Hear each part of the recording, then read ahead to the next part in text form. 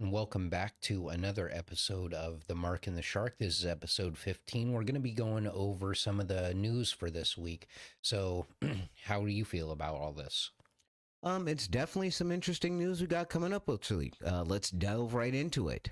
All right. So, it looks like on social media, X in particular, Samantha Irving had said 1 year down, 1 year left on my non compete clause. So, that just brings us into more talk about non compete clauses.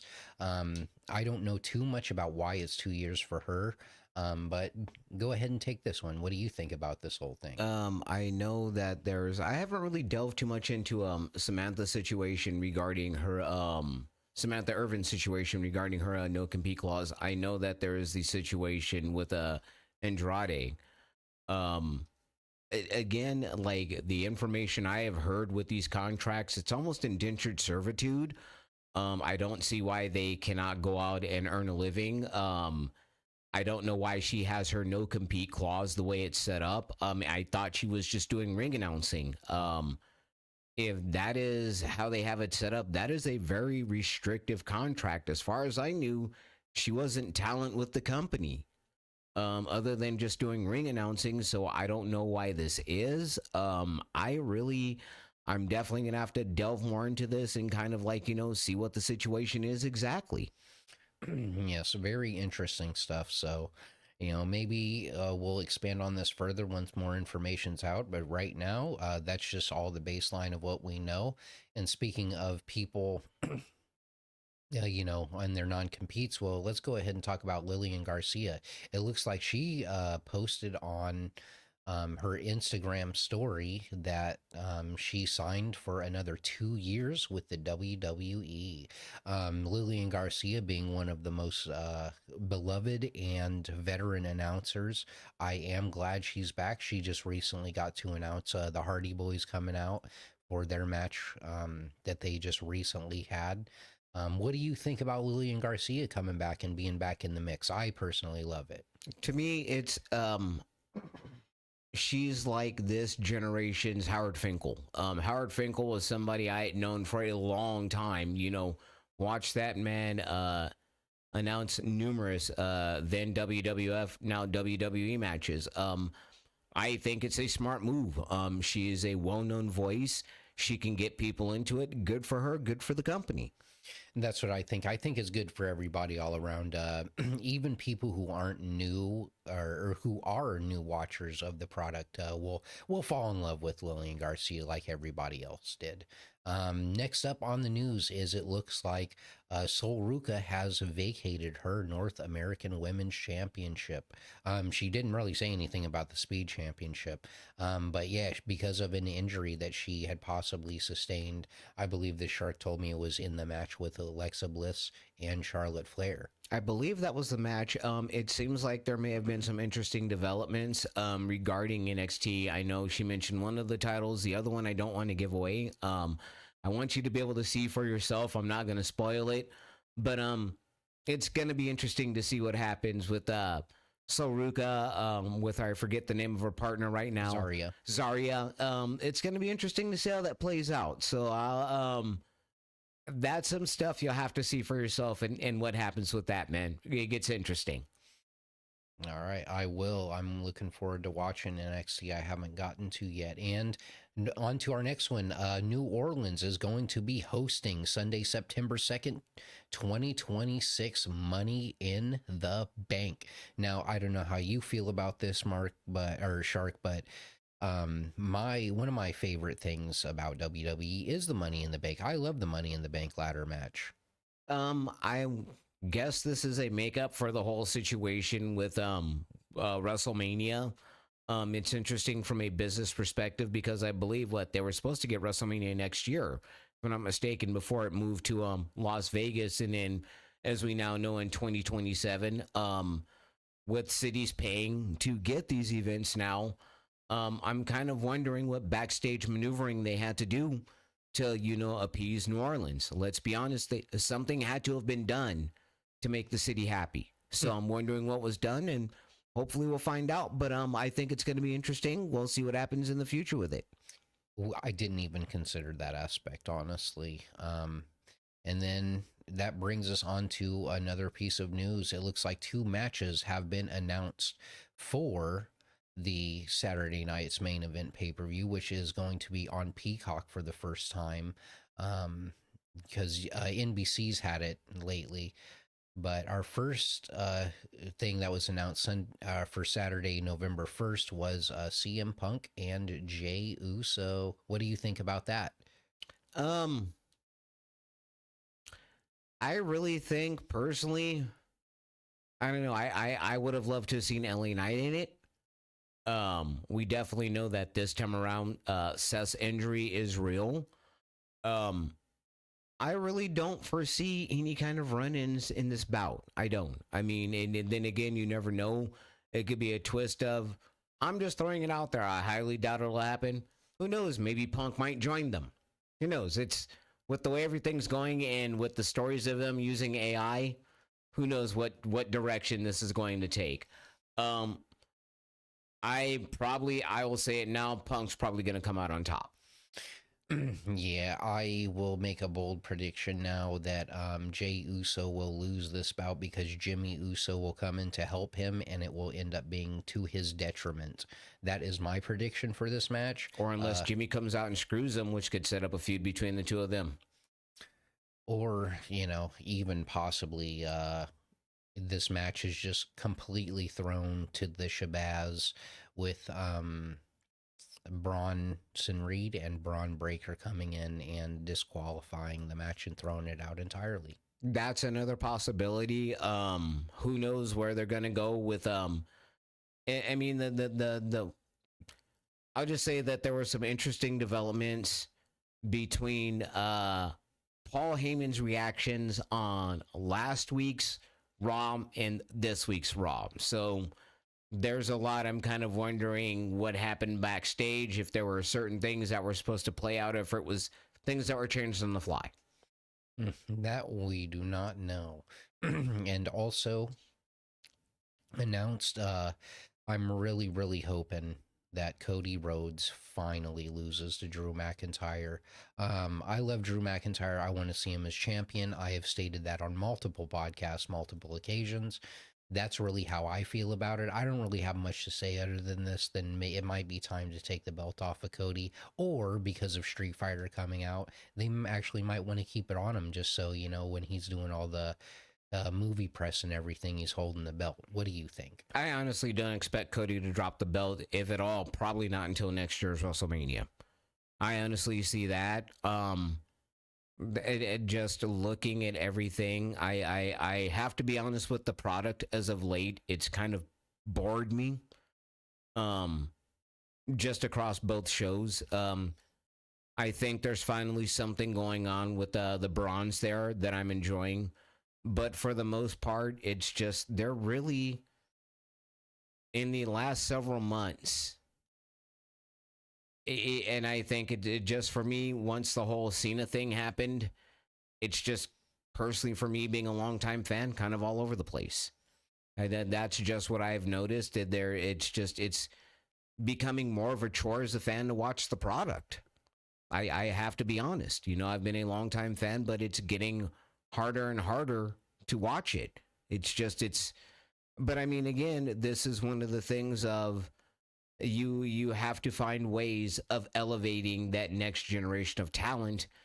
And I think that's what's happening, because your Punks have been around for a long time. Even your Codys, your McIntyres, those guys, they've been around quite a while now.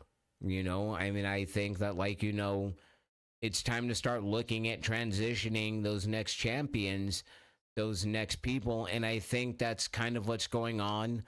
But it's just I think it's been more of a slower process. And again, I come from it from a different perspective, being a longtime fan. I think that this is just the ebb and the flow of the business. They were hard a couple of years ago. I think it personally for myself, it's just cooling down, but that's just me. Yeah.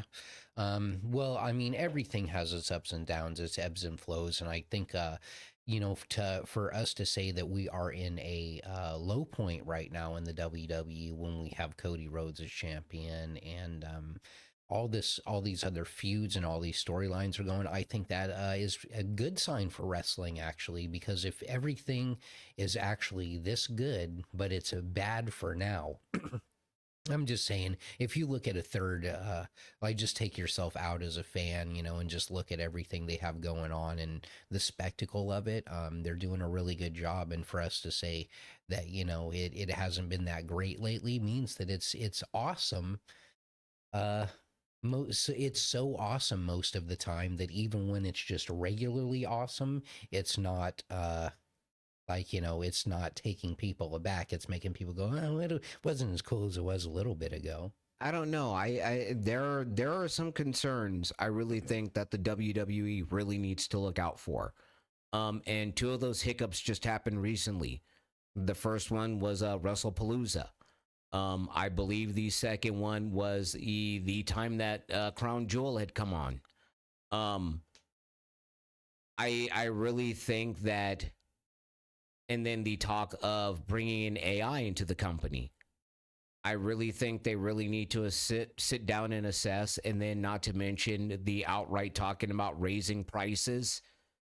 They really need to kind of sit down and evaluate where they're coming from as a business.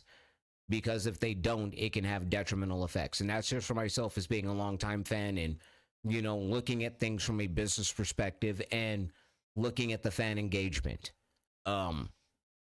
There, and I'll say this now, there is also a thing that I have to kind of, sorry to expound upon for a minute, when it comes to the whole new ratings thing. I honestly have to say for myself, I think the ratings were bigger back in the late 90s than they are today. I really think that more people watch wrestling. They talked about a 4 or 6 share. I knew people back in the 90s that were hosting wrestling parties with easily 15, 20 people on Monday nights. So I really think that the ratings didn't reflect it back then. I think it was much bigger than what the ratings were reflecting. I know because I remember how popular this stuff was in the late 90s. I knew people that weren't wrestling fans wearing DX t-shirts, wearing Austin shirts, wearing that. They talk about the ratings now, but looking at the engagement and looking out there at the streets, just looking at what goes on, I think there may be an overestimation of how popular it is. Why you do have social media, but there is what I call the real world effect. And I think there is a disconnect between what happens out there in the real world, as in terms of what you see people wearing, as in terms of what you see the advertising, as opposed to what goes on in social media. But that's just myself as being a fan. Yeah, that's true. Yeah, I remember, younger me seeing everyone wearing a Austin 316 shirt, whereas nowadays I can't tell you the last time I saw somebody wearing a wrestling shirt. So that's how it goes. And I think that'll lead us into our favorite segment. That's Looking forward to this week's one. This is going to be a sweet one, folks. Book Beyond Time, and this one's going to be dedicated to our last episode of the 1991 Royal Rumble, where we are going to be pitting Ted DiBiase, the $1 Million Man, versus L.A. Knight. Yeah!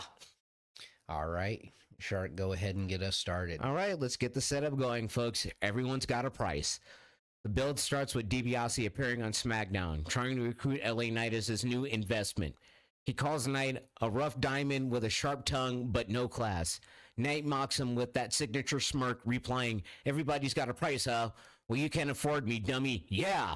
The crowd erupts. DiBiase snaps, saying that no one humiliates the $1 Million Man and gets away with it. Over the next few weeks, DiBiase hires security to attack Knight, offering bounties and briefcases full of cash.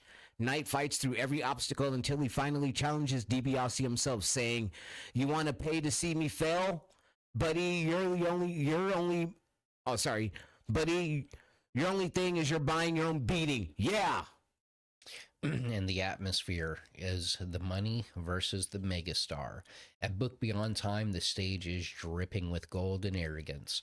DiBiase struts out in his glittering suit with the $1 million championship around his waist, sneering at the audience. He's tossing fake $100 bills on his face with $100 bills with his face on them.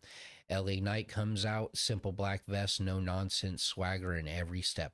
The fans are chanting yeah in rhythm as he circles the ring. Commentary selling it as old money versus earned money, the clash between entitlement and authenticity. Before the bell, DiBiase offers Knight a briefcase full of cash just to lay down.